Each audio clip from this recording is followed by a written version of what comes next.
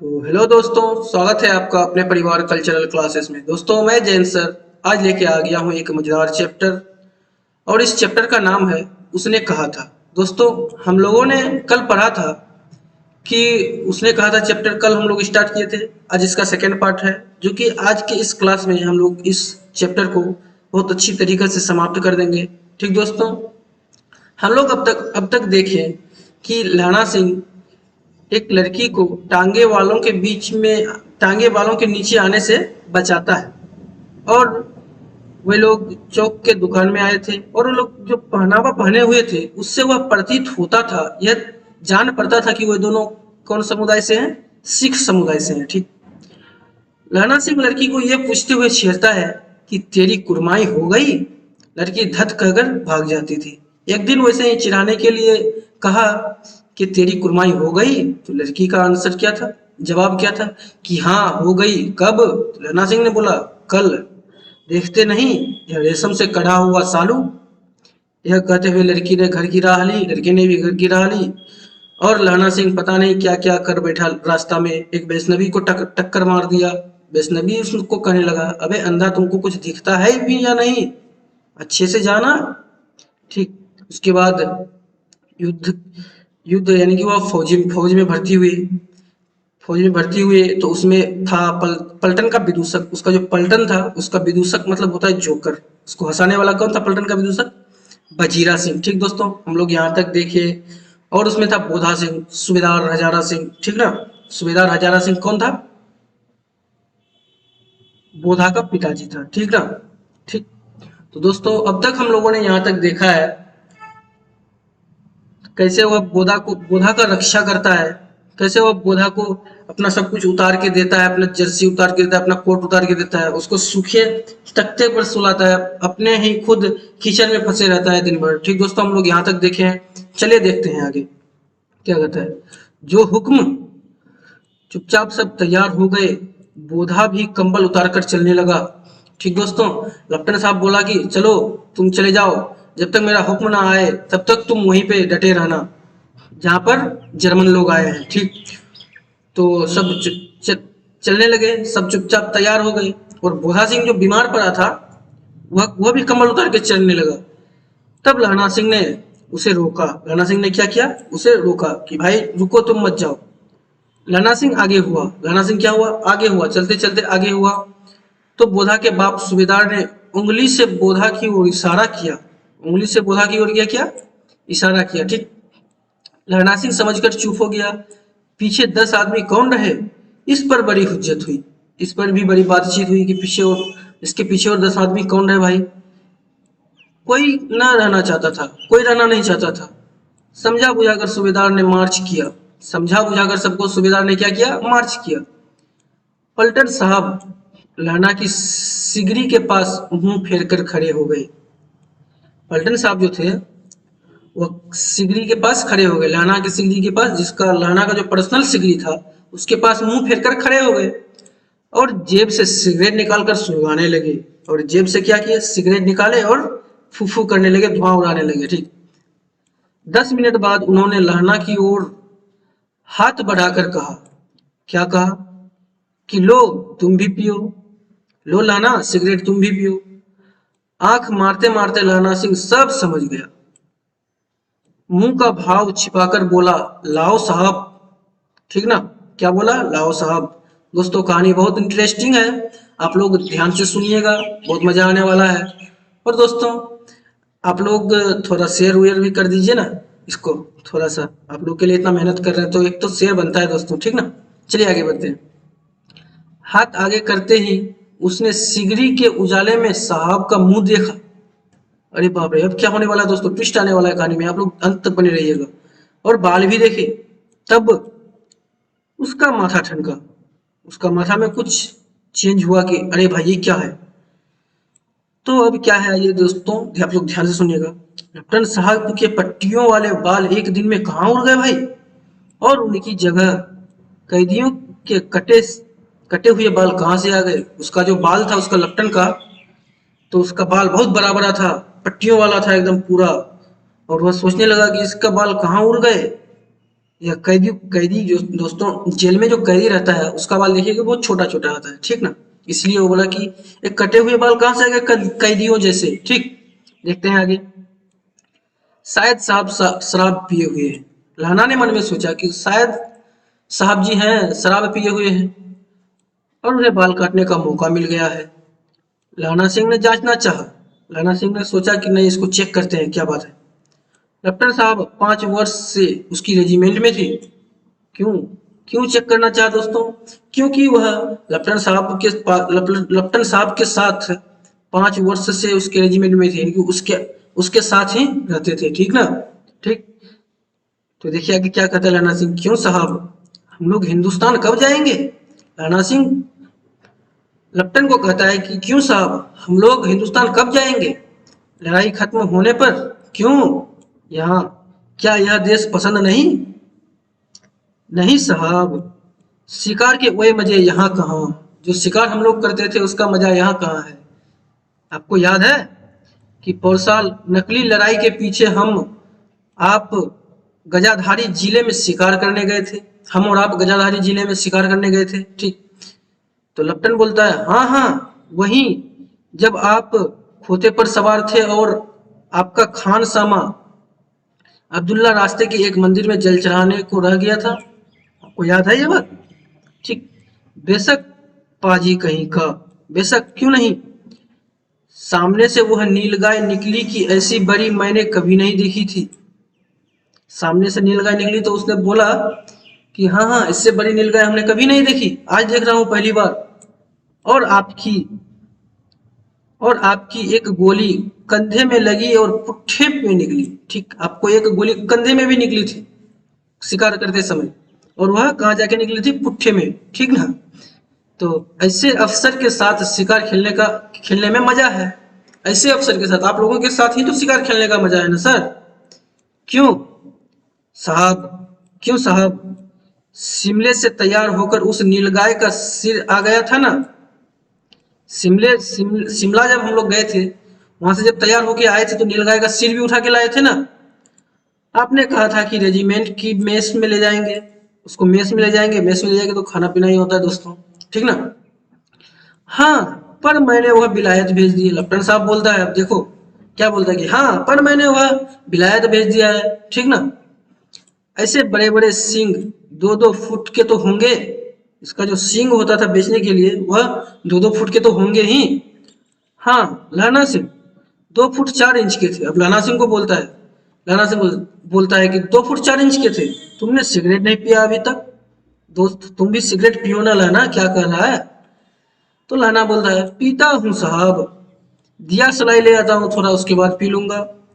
कहकर लहना खंदक में घुसा, और वह बात कहकर उसको खंदक में घुसा। लेफ्टिनेंट साहब को लगा कि वह गया है दिया सलाई लेने, लेकिन वह खंदक में घुसा। अब उसे संदेह नहीं रहा था और उसने झटपट निश्चय कर लिया कि क्या करना चाहिए। दोस्तों अब यहाँ ट्विस्ट है कि यह तो लहना सिंह तो कभी सिगरेट पीता नहीं था। आइए देखते हैं नीचे इसका सब विवरण है दोस्तों, जितना हम लोग पढ़े इसका सब विवरण है, ठीक ना। आप लोग अंत तक बने रहिएगा और मजेदार के साथ एक बार इस वीडियो को अपने दोस्तों के साथ शेयर जरूर कीजिएगा दोस्तों। चलिए बढ़ते हैं आगे। आगे कर रहा है कि अंधेरे में किसी सोने वाले से वह टकराया, जो कोई सो रहा था उससे टकराया। तो लहना बोला, कौन, बजीरा सिंह है क्या? बोले हाँ, क्यों लहना? बजीरा सिंह बोलता है, हाँ क्यों लहना, क्या कयामत आई है? क्या कयामत आ गई? जरा तो आंख लगने देती भाई, अभी तो मैं सोया ही था, थोड़ा थोड़ा तो मेरा आंख लगने देता। बोले, अरे तुम सोने की बात कर रहे हो, होश में आओ, कयामत आई है और लेफ्टिनेंट साहब की वर्दी पहन कर आई है। क्या? बजीरा सिंह बोलता है, क्या भाई ये क्या बोल रहे हो कि कयामत आई है और लेफ्टिनेंट साहब की वर्दी पहन कर आई है? ये कैसी कयामत है? ठीक, तो आइए देखते हैं आगे। लेफ्टिनेंट साहब या तो मारे गए हैं या कैद हो गए हैं। लेफ्टिनेंट साहब क्या हुए हैं, तो मारे गए हैं या कैद हुए हैं। वो लोग ऐसा सोच रहा था, कौन? बजीरा सिंह और लहना सिंह, ठीक ना। उनकी वर्दी पहनकर यह कोई जर्मन आया है। उनकी वर्दी पहनकर कौन आया है? यह कोई जर्मन आया है। सूबेदार ने इसका मुंह नहीं देखा है। सूबेदार ने इसका मुंह नहीं देखा है, मतलब सूबेदार ने मेरा मुंह नहीं देखा, ठीक ना। मैंने देखा और बातें की, मैंने उसको अच्छी तरीके से देखा और उससे बात भी की। सोहरा साफ उर्दू बोलता है। दोस्तों सोहरा एक प्रकार का गाली होता है, कि गाली से उसको संबोधित किया कि सोहरा साफ उर्दू बोलता है, पर किताबी उर्दू बोलता है। कौन सा उर्दू बोलता है? किताबी उर्दू बोलता है। और मुझे पीने को सिगरेट दिया है, और मुझे पीने को सिगरेट दिया है। तो अब क्या होगा? अब मारे गए, धोखा है। सूबेदार कीचड़ में चक्कर काटते फिरेंगे और यहाँ खाई पर धावा होगा। अब सब मारे जाएंगे, ये सब धोखा है। सूबेदार कीचड़ में चक्कर काटते फिरेंगे और यहाँ खाई पर धावा हो जाएगा। उधर उधर उन पर खुले में धावा होगा। इधर तो हम लोग को यहाँ होगा ही, लेकिन उन पर भी खुले में खुलेआम उसको भी मार दिया जाएगा। उठो उठो, ऐसा बात मत बोलो, उठो, एक काम करो, तुम उठो, सो के उठो, जल्दी एक काम करो। पलटन के पैरों के निशान देखते देखते दौड़ जाओ। पलटन जो हमारे गए हैं अभी तक, उसके पैर के निशान देखते देखते तुम दौड़ जाओ उसके पीछे। अभी बहुत दूर न गए होंगे वही लोग, अभी बहुत दूर नहीं गए होंगे, क्योंकि अभी अभी ही निकले हैं। सूबेदार से कहो कि एकदम लौट आए। खंदक की बात झूठ है। उसको जो खबर मिला था कि वहां पे जर्मन है, उसको वो सब बात झूठ है। उसको जाओ, तुम जल्दी कह के आओ, चले जाओ, खंदक के पीछे से निकल जाओ। लाना सिंह बोलता है बजीरा को कि जाओ जाओ जल्दी जाओ, खंदक के पीछे से निकल जाओ, जल्दी जाओ, पत्ता तक न खिड़के। ऐसा सावधानी से जाओ कि पत्ता तक न खिड़के, एक मच्छर को भी नहीं पता चलना चाहिए कि हम निकल रहे हैं यहाँ से, ठीक? ऐसा सावधानी बरतो, ठीक ना? देर मत करो भाई, जल्दी निकलो। तो बजीरा बोलता है, ओ हुक्म तो यह है कि यही तुम्हारा हुक्म से हम चल जाए? तेरी ऐसी की तैसी हुक्म की भाई। तो लाना बोलता है, मेरा हुक्म जमादार लाना सिंह, जो इस वक्त यहाँ सबसे बड़ा अफसर है, उसका हुक्म है भाई। मैं पलटन साहब की खबर लेता हूँ, तुम जाओ। पर यहाँ तो तुम 8 ही हो, बजीरा बोलता है, पर यहाँ तो तुम 8 ही हो भाई, क्या कर सकते हो उसका? 8 नहीं, 10 लाख। एक एक अकालिया सिख 1.25 लाख के बराबर होता है। चले जाओ, तुम जाओ, तुम जाओ। तो पहले लौटकर खाई के मुहासे पर लाना सिंह दीवार से चिपक गया। जब वो खाई से बाहर निकला तो दीवार के सहारे आके चिपक गया। उसने देखा कि लपटन साहब जो है, जेब से बेल के बराबर 3 गोले निकाले। बेल जो होता है दोस्तों, फल होता है एक प्रकार का बेल, ठीक? आप लोग जानते होंगे भली भांति, हमको ज्यादा बोलने की जरूरत नहीं है। बेल के भांति यानी कि 3 बड़े बड़े गोले निकाले थे। और देखिए क्या करता है, तीनों को जगह जगह खंदक के दीवारों में घुसेर दिया और तीनों में एक तार सा बांध दिया। मतलब तीनों को जगह जगह खंदक के दीवारों में घुसेर दिया, घुसा दिया, कहीं यहाँ घुसा, 3 जगह वो घुसा दिया, ठीक? और तीनों से एक तार सा बांध दिया। अब तार सा बांध के क्या होता है दोस्तों, तो देखिए वो आगे देखते हैं हम लोग। तार के आगे सूत की एक गुत्थी थी, जिसे सिगड़ी के पास रखा। दोस्तों उससे जो तार निकला था ना, उसकी सूत था, तो क्या था? सूत, गुत्थी निकली हुई थी, जिसे वह सिगड़ी के पास रखा था कि वह जल जाए और विस्फोट हो जाए, या सब मारे जाए, ठीक? बाहर की तरफ एक दिया सलाई जाकर गुत्थी पर रखने लगा। दिया सलाई जलाकर गुत्थी पर रखने लगा। कौन? लपटन साहब। तब उसी बीच बिजली की तरह दोनों हाथों से उल्टी बंदूक को उठाकर लहना सिंह ने साहब की कूहनी पर तान दे मारा। तब उसी बीच क्या हुआ, जब वह देने गुत्थी पर रखने लगा, उसको रखने से पहले ही लहना सिंह उसको बिजली की तरह आके एकदम पूरा बंदूक मारने लगा, उसको गोली मारने लगा। धमाके के साथ साहब के हाथ से दिया सलाई गिर पड़ी और उसको जो गोली लगा वो धड़ाम से गिर पड़ा नीचे में, एकदम पूरा उसके हाथ से दिया सलाई भी गिर पड़ी। लाना ने एक एक कुंदा साहब की गर्दन पर मारी और साहब आंख मीन ओ माय गॉड करते हुए चित हो गए। उसको जो लगा, बार जो उस पर किया, तो बोला ओ माय गॉड, ये क्या हो गया, मार दिया हमको।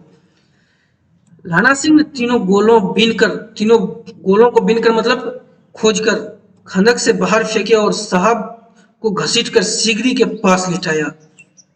जेबों की तलाशी ली, 3-4 लिफाफे और एक डायरी निकाल कर उन्हें अपनी जेब के हवाले किया। उसकी जेब से क्या निकला था? 3-4 लिफाफे और एक डायरी, जो उससे निकला वो अपने पास ही रख दिया वो, ठीक? साहब की मूर्छा हटी, वह जो मूर्छा गया था उसको मूर्छा हट गई। लाना सिंह हंसकर बोला। अब लाना सिंह बोलता है, क्यों साहब, मिजाज कैसा है? आज मैंने बहुत बातें सीखी आपसे। क्या क्या सीखी, आइए देखते हैं। कि यह सीखा कि सिख सिगरेट पीते हैं, सिख आपको पता है कि सिख सिगरेट पीते हैं? कदापि नहीं पीते हैं सिगरेट। आप ये चीज कहना भूल गए थे, ठीक ना। यह सिखी की गजाधरी के जिले में नीलगाय होती है। गजाधरी के जिले में नीलगाय नहीं होते हैं, आपने बोला कि होती है।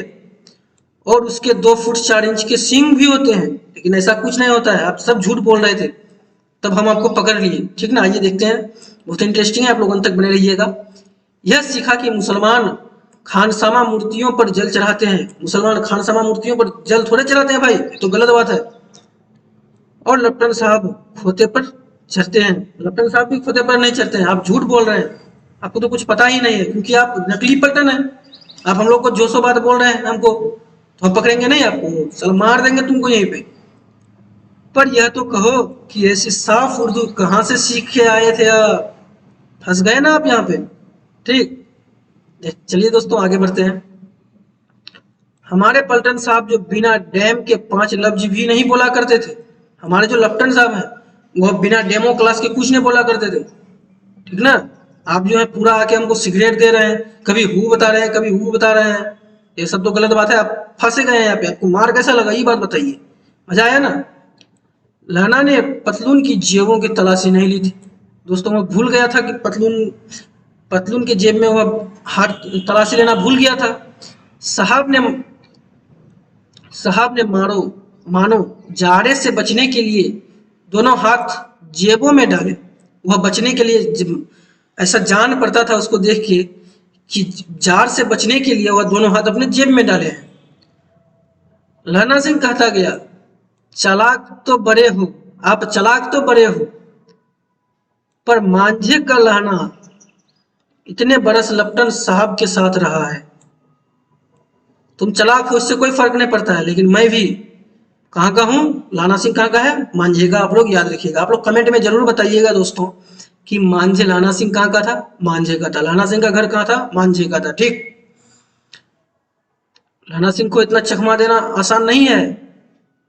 उसे चकमा देने के लिए 4 आंख चाहिए, लेकिन आपके पास 2 ही आंख है। लाना सिंह को चकमा देने के लिए 4 आंख चाहिए। 3 महीने हुए, एक तुर्की मौलवी मेरे गांव में आया था। 3 महीना अभी हुआ है ये बात का कि एक तुर्की मौलवी मेरे गांव में आया था। औरतों को बच्चे होने का ताबीज बांटता था। औरतों को ताबीज बांटने का बच्चे होने का ताबीज बांटता था और बच्चों को दवाई देता था। चौधरी के बर के नीचे मंजा बिछाकर हुक्का पिया करता था। हमारे गांव में जो चौधरी साहब हैं, उसके बट वृक्ष के नीचे बैठकर मंजा बिछाकर उस पर हुक्का पिया करता था वह मौलवी, और कहता था, जर्मनी वाले बड़े पंडित हैं, जर्मनी वाले बड़े पंडित हैं, वेद पाठ पढ़कर उसमें विमान चलाने की विद्या जान गए हैं। गौ नहीं मारते, हिंदुस्तान में आ जाएंगे तो गौ हत्या बंद कर देंगे। यह कौन कहता था, तुर्की मौलवी, ठीक ना। मंडी के बनियों को बहकाता था कि डाक खानों से रुपए निकाल लो। किसको बहकाता था, मंडी के बनियों को बहकाता था कि डाक खाने से रुपए निकाल लो भाई, सरकार का राज्य जाने वाला है। क्यों निकाल लो, कि क्योंकि सरकार का राज्य जाने वाला है इसलिए निकाल लो। बनियों को वो बहकाता था। डाक बाबू पोलूराम भी डर गया था। डाक बाबू जो था वो भी डर गया था इस बात से कि अरे भाई सबको भड़का रहा है, मेरा तो सब बिजनेस ठप हो जाएगा। मैंने मुल्ला जी की दाढ़ी मूड़ी थी, मैंने मुल्ला जी की दाढ़ी मूड़ी थी और गांव के बाहर निकलकर कहा था, जो मेरे गांव में अब दोबारा पैर रखा तो तुमसे तुम्हारा जान ले लूंगा मैं। अब इस बार तो दाढ़ी ही मुड़ी है, अगली बार मैं तुम्हारा जान ले लूंगा, चलो भाग यहाँ से जल्दी। तो वह खिसकने लगा, भाग गया वहां से, ठीक।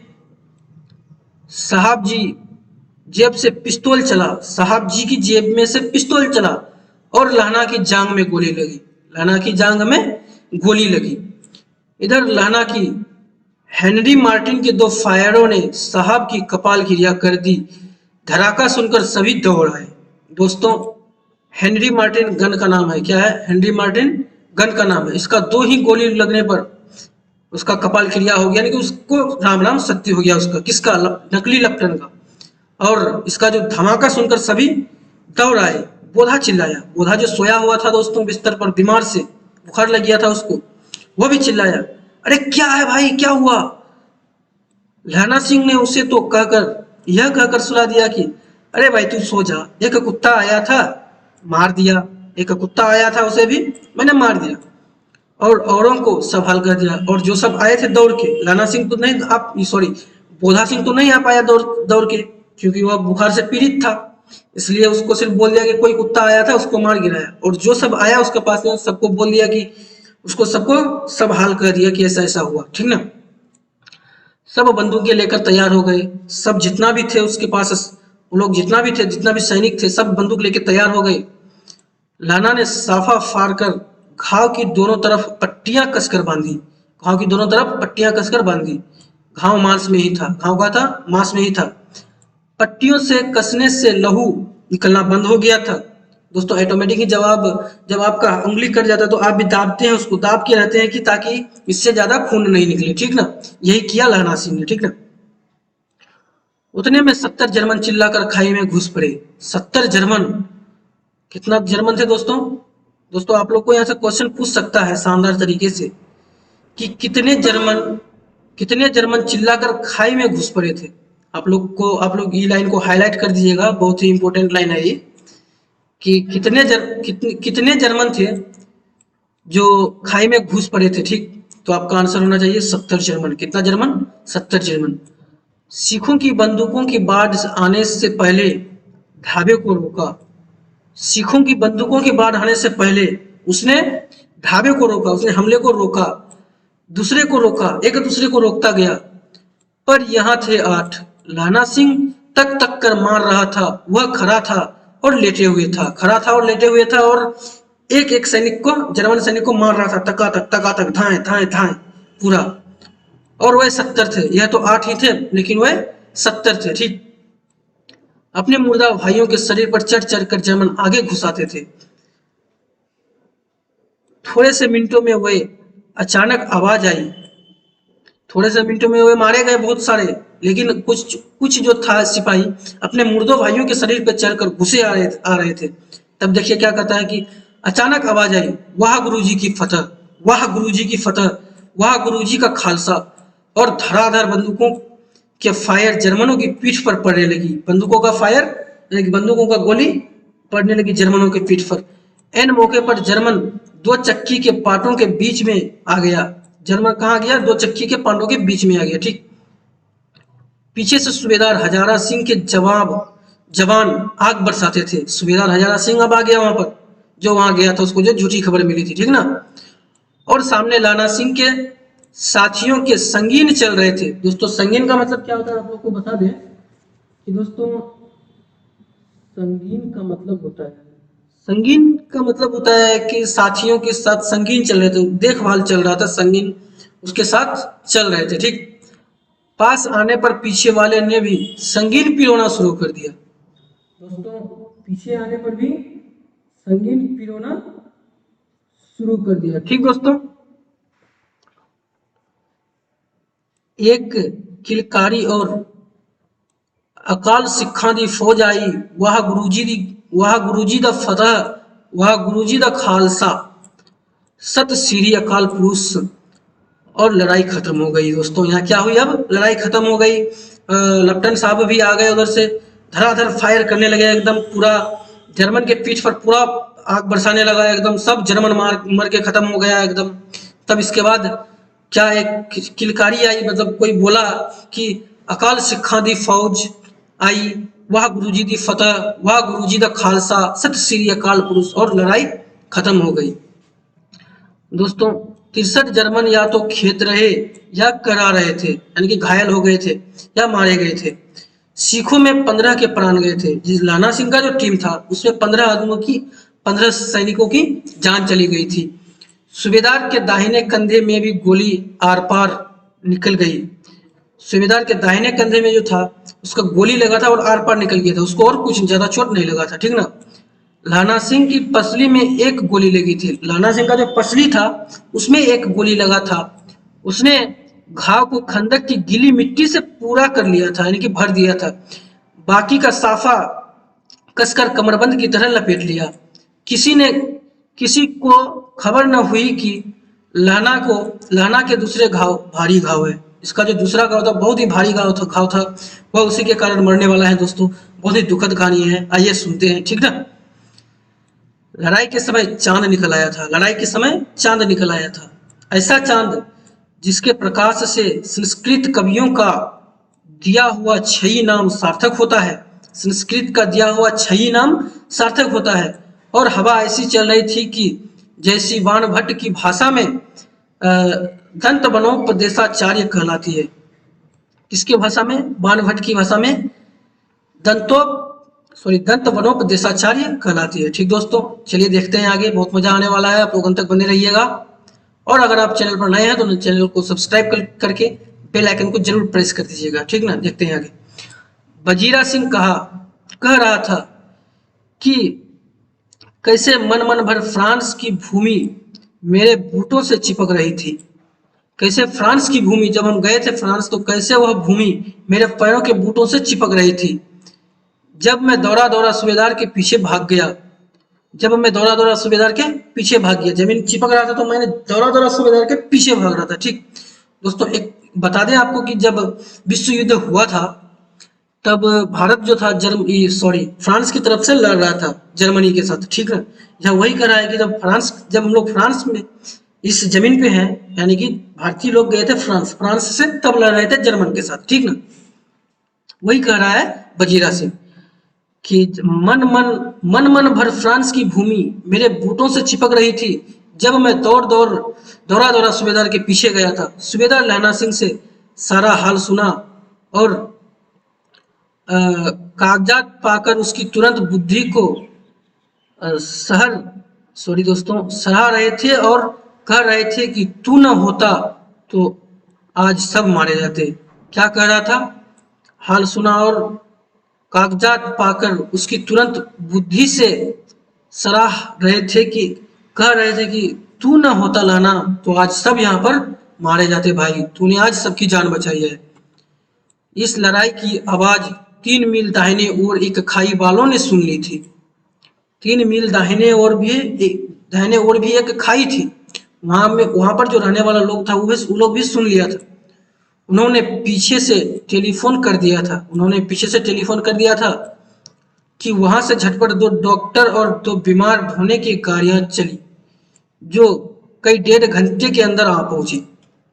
ठीक, फील्ड अस्पताल नजदीक था दोस्तों। यहाँ पूछेगा आपको क्वेश्चन कि कौन सा अस्पताल नजदीक था, उसने कहा था अध्याय में, तो आपको कहना होगा फील्ड अस्पताल। ठीक, चलिए आगे बढ़ते हैं। सुबह होते होते यहाँ पहुंच जाएंगे, इसलिए मामूली पट्टी बांधकर एक गाड़ी में घायल लिटाए गए और दूसरी में लाशें रखी गई। दोस्तों समझ गए यहाँ तक? इसलिए मामूली पट्टी बांधकर, जिसको जो गोली लगी थी मामूली सी गोली नहीं होती, गोली लगी थी लेकिन उस पर मामूली सी पट्टी बांध दिया था। पट्टी बांधकर जो लोग घायल हुए थे उसको घायल वाला गाड़ी में ले जाया गया, दूसरी गाड़ी में जो मर गए थे उसके लाश को रखी गई थी। ठीक, यह बात बोला लहना सिंह। सूबेदार ने लहना सिंह की जांग में पट्टी बंधवानी चाहिए, पर उसने यह कहकर टाल दिया कि थोड़ा घाव है, सवेरे देखा जाएगा, जो होगा सवेरे देखा जाएगा, थोड़ा सा ही घाव है। बोधा सिंह जोर से बर्रा रहा था। बोधा सिंह को तो एकदम पूरा बुखार था, एकदम पूरा बर्रा रहा था। वह गाड़ी में लिटाया गया, उसको जो है गाड़ी में सुला दिया। लहना को छोड़कर सूबेदार जाते नहीं थे। लहना सिंह को छोड़कर सूबेदार नहीं जाते थे। यह देख लहना ने कहा, तुम्हें बोधा की कसम और सूबेदारनी की सौगंध जो इस गाड़ी में न चले जाओ। भाई, तुमको सौगंध है सूबेदारनी का और तुम्हारे बेटे बोधा का, तुम चले जाओ यहाँ से। तो सूबेदार बोलता है कि और तुम भाई, तुम जो मेरा इतना रक्षा किया, मेरा बेटा का रक्षा किया, और तुम क्या करोगे यहाँ? तो लहना बोलता है, मेरे लिए वहां पहुंचकर गाड़ी भेज देना, और क्या। मैं जर्मन मुर्दों के लिए भी तो गाड़ियां आती होंगी, मैं उसमें चला जाऊंगा, मेरा हाल बुरा नहीं है। देखते नहीं मैं खड़ा हूं, वजीरा भी तो मेरे पास ही है। पर अच्छा, यह बात है तो ठीक है। बोधा गाड़ी पर लेट गया। भला आप भी चढ़ जाओ लहना जी, लेकिन बोधा कहता है उसको कि भला आप भी चढ़ जाओ लाना जी, प्लीज चढ़ जाओ ना। सुनिए तो, सूबेदारनी होरा को चिट्ठी चिट्ठी लिखो तो मेरा मत्था टेकना लिख देना। अगर सूबेदार जी, अगर आप सूबेदारनी को चिट्ठी लिखो तो उसमें मेरा मत्था टेकना लिख देना, ठीक ना। और जब घर जाओ तो कह देना कि मुझसे जो उन्होंने कहा था वह मैंने कर दिया। उसने जो मुझसे कहा था वह मैंने कर दिया। गाड़ियां चली, गाड़ियां चल पड़ी। सूबेदार ने चढ़ते चढ़ते लहना का हाथ पकड़कर कहा, तूने मेरे और बोधा का प्राण बचाया है, लिखना कैसा, साथ ही घर चलेंगे। अपनी सूबेदारनी को तू ही कह देना उसने क्या कहा था। ठीक, चलिए देखिए दोस्तों, आगे देखते हैं। अब आप गाड़ी पर चढ़ जाओ। लाना सिंह बोलता सूबेदार को, अब आप गाड़ी पर चढ़ जाओ, मैंने जो कहा है वह लिख देना और कह भी देना। गाड़ी के जाते ही लाना लेट गया। गाड़ी वो लोग जब गया तो लाना लेट गया। लाना के पास कौन था? बजीरा सिंह था। सिर्फ बजीरा भाई पानी पिला दे और मेरा कमरबंद खोल दे।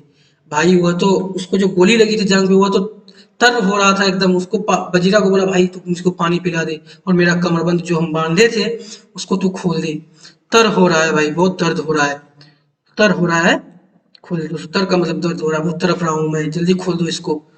मृत्यु के कुछ समय पहले स्मृति बहुत साफ हो जाती है। दोस्तों इस पंक्ति का मतलब बहुत ही आप लोग शानदार तरीके से समझिए। जब कोई बूढ़े आदमी मरते हैं या कोई भी मरते हैं तो मरने से कुछ समय पहले उसके आगे जितने भी धुंधलापन होता है वो सब साफ साफ दिखाई पड़ता है, सब चीज। ठीक दोस्तों, जन्म भर की घटनाएं एक एक करके सामने आती है। जब से उसका जन्म हुआ और जब तक वह मरा उसके सामने एक एक चीज सामने आती है। सारे दृश्यों के रंग साफ होते हैं, समय की धुंध बिल्कुल उन पर से हट जाती है। देख लिए दोस्तों, आगे देखते हैं।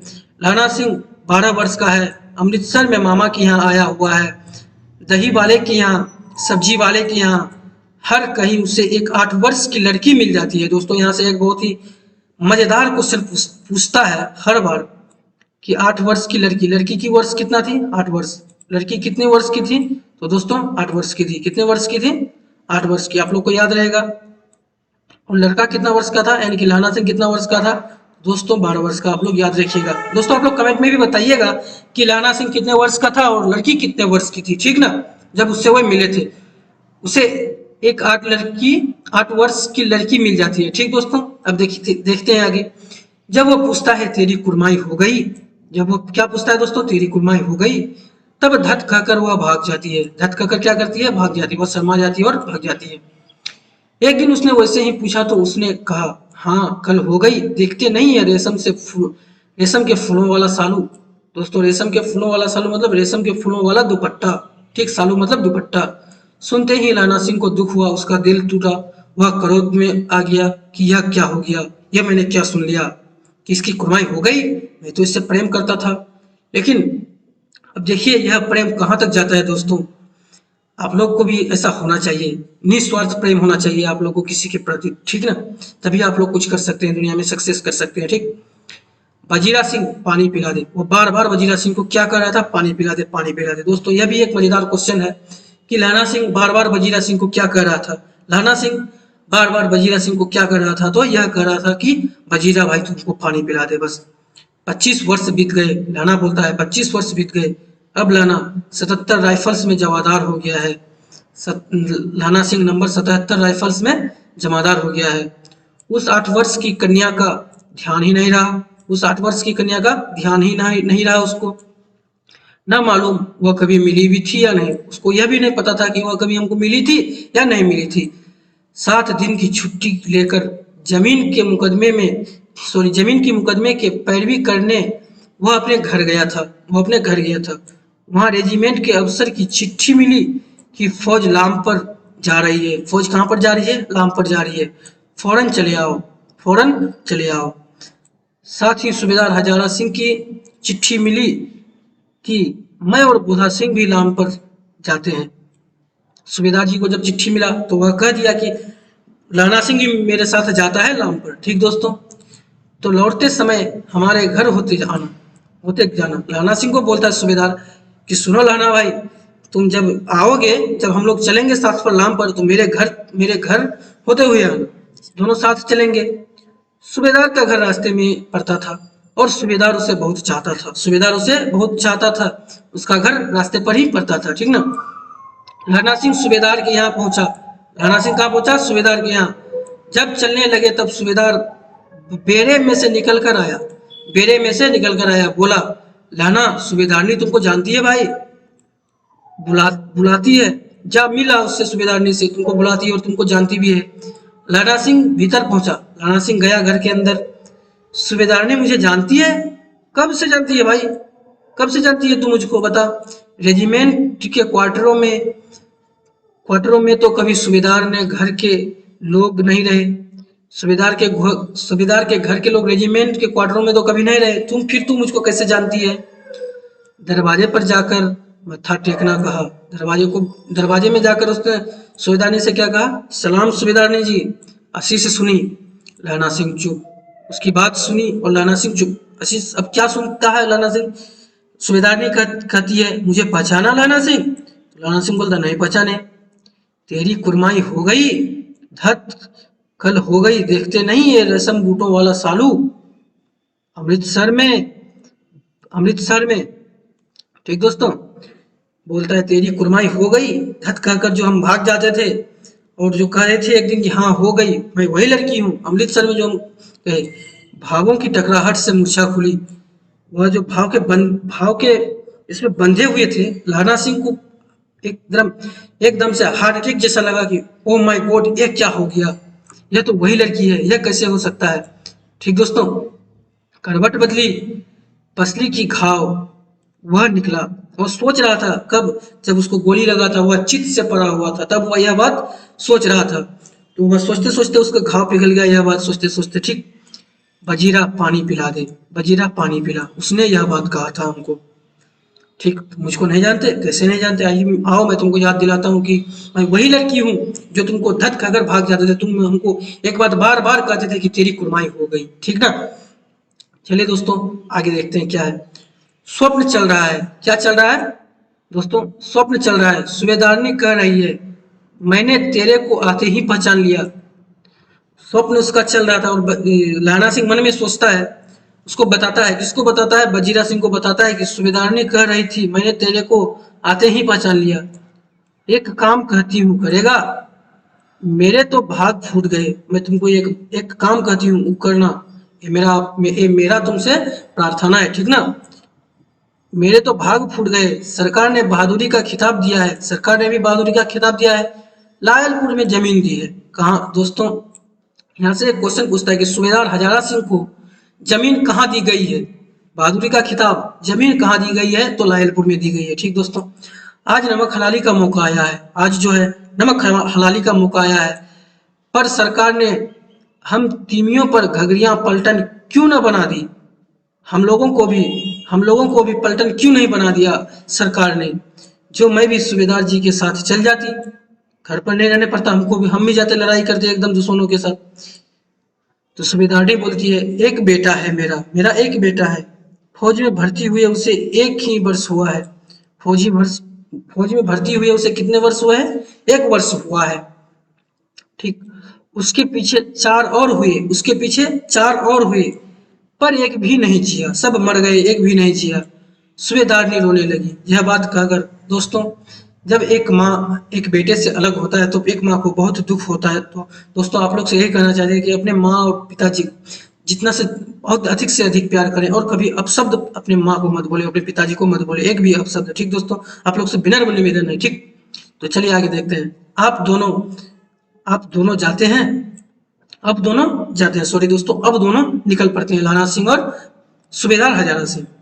हाय रे मेरे भाग, तुम्हें याद है एक दिन टांगे वाला का घोड़ा दही वाले की दुकान से बिगड़ गया था? तुमने उस दिन मेरे प्राण बचाए थे। तुमने उस दिन मेरे प्राण बचाए थे। अब आप घोड़े की लातों में चले गए थे, लेकिन मुझे बचाए थे और मुझे उठाकर दुकान की तख्तों पर खड़ा कर दिया था। आप तो घोड़े के नीचे चले गए थे, टांगों के नीचे, लेकिन मुझको उठाकर दुकान के तख्तों पर रख दिया था। ऐसे ही इस दोनों का रक्षा करना, मेरे पति और मेरे बेटे का, यह मेरी भिक्षा है। तुम्हारे आगे मैं आंचल पसारती हूँ, तुम्हारे आगे मैं आंचल पसारती हूँ। रोती रोती सूबेदारनी ओबड़ी में चली गई। लाना भी आंसू पोंछता हुआ बाहर आया। वजीरा सिंह पानी पिला, उसने यह चीज हमसे कहा था। क्या क्या कहा था दोस्तों, आप लोगों ने बहुत ही ध्यानपूर्वक सुना, इसीलिए आपको धन्यवाद। आप लोग अब और थोड़ा सा ही बचा है दोस्तों, आप लोग देख लीजिए, पूरा करके जाइए यह चैप्टर, ठीक ना। बहुत इंटरेस्टिंग है, आप लोग का क्वेश्चन एक भी नहीं छूटेगा। यह करने के बाद मैं इसका ऑब्जेक्टिव लेके आऊंगा, जो कि एग्जाम में रगड़ के पूछा जाता है दोस्तों, ठीक ना। आप लोग अपने दोस्तों के साथ शेयर जरूर कीजिएगा, ठीक ना। लाना सिंह का सिर अपनी गोदी में रखे वजीरा सिंह बैठा था। लाना सिंह का सिर अपने गोदी में बैठा के कौन बैठा था? वजीरा सिंह। यह क्वेश्चन पूछा जाता है दोस्तों, आप लोग ध्यान दीजिएगा। जब मांगता है तब पानी पिला देता है, जब वो पानी पीने के लिए मांगता है तब वो पानी पिला देता है। आधा घंटे तक लाना चुप रहा, वह आधे घंटे से ज्यादा तक चुप रहा, कुछ नहीं बोला। फिर उसके बाद बोला, कौन? कीरत सिंह। दोस्तों उसका सपना क्या था कि जब मैं मरूंगा तो मेरा भाई कीरत सिंह के गोद में मेरा सिर होगा, लेकिन ऐसा नहीं हुआ, क्योंकि वह लड़ाई करते करते ही उसका प्राण निकलने वाला है। आप लोग देखिए बड़ी ध्यान से, ठीक ना, सुनिए मजेदार के साथ। वजीरा ने कुछ समझ कर कहा, हाँ हाँ हाँ हाँ, मैं कीरत सिंह ही हूँ। तो लाना सिंह बोलता है, भैया मुझे और ऊंचा कर ले, मुझे और ऊंचा कर ले, अपने पट पर मेरा सिर रख ले, अपने पट पर मेरा सिर रख ले। वजीरा ने वैसा ही किया, सेम टू सेम वैसा ही किया, ठीक जैसा लाना ने कहा। हाँ अब ठीक है लाना, पानी पिला दे। लाना को फिर बोलता है, लाना सिंह फिर बोलता है बोला को कि पानी पिला दे भाई। बस अब के हार में यह आम खूब फलेगा। अब के इस सीजन में यह आम खूब फलेगा। चाचा भतीजा दोनों यहाँ बैठकर आम खाना। जितना बड़ा तेरा भतीजा है उतना ही यह आम है। जिस महीने उसका जन्म हुआ था उसी महीने मैंने इसे लगाया था। जिस महीने मेरे भतीजा का जन्म हुआ था उसी महीने मैंने यह आम का पेड़ भी लगाया था, ठीक। वजीरा सिंह के आंसू टप टप टपक रहे थे। वजीरा सिंह को एकदम पूरा आंसू टपक रहे थे दोस्तों। ऐसा ऐसा मौत कोई मरता है? देखिए एक सिपाही की मौत कैसे होती है, बलिदान कैसा होता है, ठीक ना। कुछ दिन पीछे लोगों ने अखबारों में पढ़ा, फ्रांस और बेल्जियम 68वीं सूची मैदान में धावों से मारा नंबर 77 सिख राइफल जमादार लाना सिंह। सिख राइफल जमादार लाना सिंह। दोस्तों यहाँ से और एक क्वेश्चन पूछा जाता है कि नंबर 77 सिख राइफल जमादार के नाम से कौन प्रसिद्ध है? तो आपका आंसर होना चाहिए लाना सिंह। तो दोस्तों हम लोग का यह चैप्टर आज बहुत ही शानदार तरीके से यहाँ पर समाप्त हुआ है। तो दोस्तों अगर आपको वीडियो अच्छी लगी है तो दोस्तों इससे पहले और एक बात कहना चाहता हूँ कि आज का चैप्टर हम लोग यही खत्म कर दिए हैं। अब इसके बाद मैं लेके आऊँगा ऑब्जेक्टिव। इसका ऑब्जेक्टिव आप लोग तैयार रहिएगा नेक्स्ट वीडियो के लिए, यानी कि ऑब्जेक्टिव के लिए आप लोग बहुत ही आप लोग को पूरा उत्साह उमंग के साथ तैयार रहिएगा कि नहीं आप इसका ऑब्जेक्टिव आएगा, आप लोग फटाफट जवाब दीजिएगा उसका। मेरा क्वेश्चन रहेगा और आपका जवाब रहेगा, ठीक दोस्तों। ऐसे शानदार तरीके से तैयारी कीजिए कि आने वाला बोर्ड एग्जाम में कॉपी को बचना नहीं चाहिए, एक भी क्वेश्चन नहीं बचना चाहिए, ठीक दोस्तों। तो दोस्तों आज का वीडियो मैं यही समाप्त करता हूँ, आज का क्लास यही समाप्त करता हूँ। तब तक के लिए बाय दोस्तों। अगर आप लोग चैनल पर नए हैं तो इस चैनल को सब्सक्राइब जरूर करें और अपने दोस्तों के साथ शेयर जरूर करें, ताकि आपका दोस्त भी इस चैनल के साथ इस चैप्टर का आनंद जरूर ले सके, ठीक दोस्तों। और इस वीडियो को लाइक जरूर करें और जहां तक हो दोस्तों इस वीडियो को शेयर जरूर करें। तो धन्यवाद दोस्तों।